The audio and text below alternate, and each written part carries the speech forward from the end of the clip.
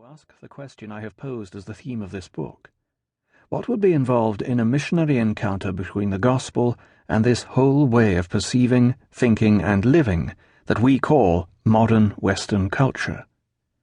There is, of course, nothing new in proposing to discuss the relationship between gospel and culture. We have Richard Niebuy's classic study of 5 models of relationship in his book Christ and Culture. We have had the massive work of Paul Tillich, who was so much concerned with what he called, in the title of his first public lecture, the theology of culture.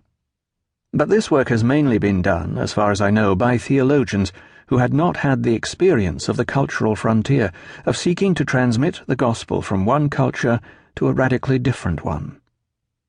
On the other hand, we have had a plethora of studies by missionaries on the theological issues raised by cross-cultural missions.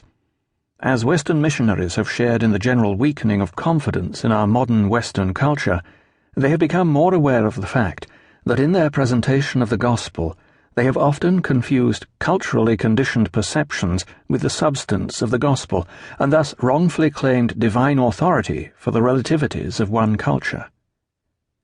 For some on the liberal wing of Protestantism, such as W.E. Hocking, Christian missions were to be almost absorbed into the worldwide spread of Western culture, and this was quite explicit. But those at the opposite end of the spectrum, the conservative evangelicals, were often unaware of the cultural conditioning of their religion and therefore guilty, as many of them now recognize, of confusing the gospel with the values of the American way of life without realizing what they were doing. In the last couple of decades there has been a spate of missionary writings on the problem of contextualization. This has been preferred to the terms indigenization and adaptation, earlier much used by Protestants and Catholics respectively. The weakness of the former was that it tended to relate the Christian message to the traditional cultural forms that belonged to the past and from which young people were turning away under the pervasive influence of modernization. The effect was to identify the gospel with the conservative elements in society. The weakness of the latter term, adaptation, was that it implied that what the missionary brought with him was the pure gospel, which had to be adapted to the receptor culture. It tended to obscure the fact that the gospel as embodied in the missionary's preaching and practice was already an adapted gospel, shaped by his or her own culture. The value of the word contextualization is that it suggests the placing of the gospel in the total context of a culture at a particular moment, a moment that is shaped by the past and looks to the future.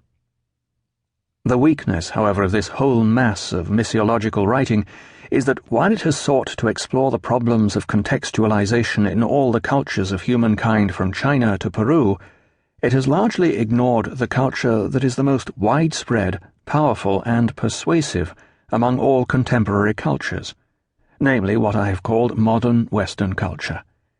Moreover, this neglect is even more serious because it is this culture that, more than almost any other, is proving resistant to the gospel. In great areas of Asia, Africa, and Oceania, the Church grows steadily and even spectacularly.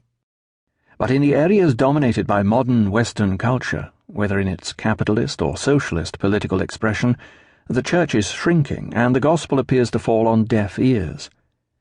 It would seem, therefore, that there is no higher priority for the research work of missiologists than to ask the question of what would be involved in a genuinely missionary encounter between the gospel and this modern Western culture.